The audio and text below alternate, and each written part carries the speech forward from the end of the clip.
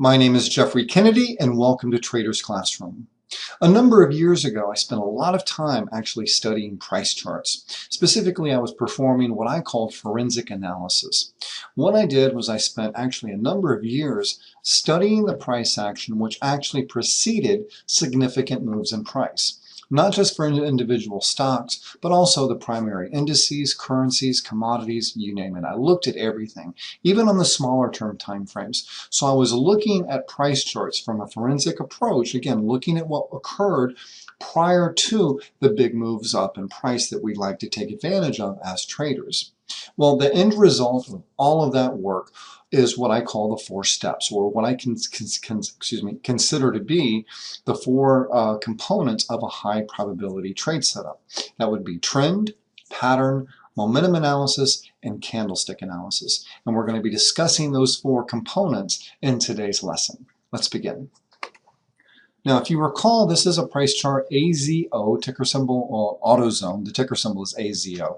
We looked at this price chart, I believe, sometime back in July, and this was the interpretation I offered. Waves 1, 2, 3, pull back and 4. Very straightforward Elliott wave count from a number of reasons. We have a pattern here which alternates not quite nicely with wave 2, so we were anticipating prices to continue higher. This was our critical support level. It was a very straightforward chart. We moved to the downside, clearly contained within parallel lines. But let's go back, let's step back from this price chart again that I offered in July, and let's look at why I actually presented the price chart. Again, I have four steps or four components that I like to evaluate in order to identify what I consider to be a high probability trade setup. First, trend. Okay, the reason I was liking the upside in AutoZone was because if we go to the weekly price chart level, you can see that the trend is clearly up and has been for a number of years, 2011, 12, 13. This market is going higher. We have a series of higher highs and higher lows. That being the case, rather than trying to anticipate a top either here or here or here or maybe even here, I think the probability is more in favor of the trend continuing than actually terminating or reversing. In fact, that's actually a key cornerstone principle of technical analysis and chart reading in general, that trends have a higher probability of continuing than they do reversing. So again, as a trader, I like to really focus on the pullbacks, the buying opportunities. This leads us to step 2. Step 1, trend. Identify the trend. And trend is very easy to identify. Number one, the two things you want to look for would be if prices are moving from the bottom left-hand corner of your price chart to the upper right-hand corner of the price chart, the trend is up. It's also defined by a series of higher highs and higher lows. Conversely, if prices are moving from the upper left-hand corner of your price chart to the bottom right-hand corner of your price chart, the trend is down, and that will be defined by a series of lower lows and lower highs. So step number 1, trend analysis. Step number 2, pattern analysis. And of course, as an Elliottician, I'm very and patterns, chart patterns, wave patterns are very, very important to me. So I'm specifically from an Elliott wave perspective looking for the zigzags, the flats, the triangles, because those are counter trend moves. Those are corrections of the prior impulsive moves to the upside, and once complete, those corrections will be more than fully retraced. And the pattern that we identified here was an A triangle BC. It came back right into Fibonacci support and then is reversed quite nicely. So can we stop here just simply by looking at the trend and by looking at the pattern analysis? Well, you could, but I don't recommend it. And the reason why is because much of the work I discuss daily in Trader's Classroom is the result of years of study, of years of actually performing forensic analysis on price charts, not only from an analytical perspective, but also from a trading perspective. Really what I'm looking for, what I want to do is try and identify what happens prior to the big moves up in price. This is what I want to take advantage of as a trader. This is what I want to take advantage of as a trader. So what's important to me, again, from an analytical as well as a trading perspective, is I want to really examine and take apart what occurs prior to those big moves to the upside.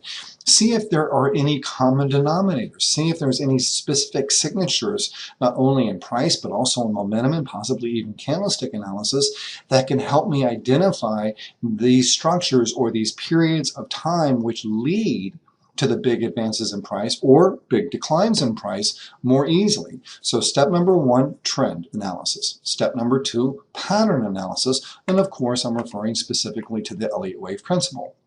Next, I like to perform momentum analysis. Just as there are patterns in price, for example, zigzags, flats, and triangles, there are also patterns in momentum. We've talked about a few of them. For example, the slingshot, reverse divergence, the V top, the V bottom. The one I've identified here is just very basic, very classic. This is just a simple bullish divergence. Notice we make a lower low in price here, but the stochastic showed actually a bullish divergence, meaning it was unconfirmed. Also, too, notice where RSI fell to and actually stalled at.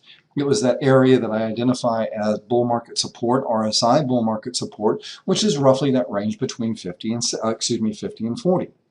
So we're seeing what we want to see from a momentum analysis. Momentum essentially, think of it about it this way.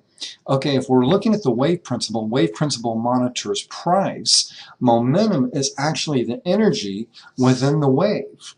Think about that for a little while. Now next, what I'd like to actually discuss is the fourth and final step, and that would be the candlestick analysis. The candlestick analysis really allows me to focus on one price bar or maybe even two or three price bars. It allows me to zero in.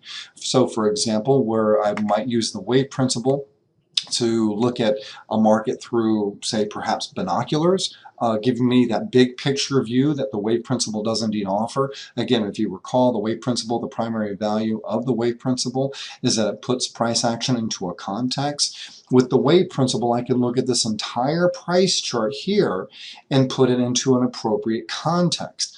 Now, if I look at candlestick analysis, what that allows me to do is it allows me to actually zero in on one, two, or three price bars and get a much more precise. So now I'm kind of looking at the market with, say, a microscope or a magnifying glass. So I go from the big picture, the binocular view or the telescopic view, and then I zero in utilizing the magnifying glass or the microscope, utilizing the Japanese candlestick analysis. And this is the weekly price chart of AZO.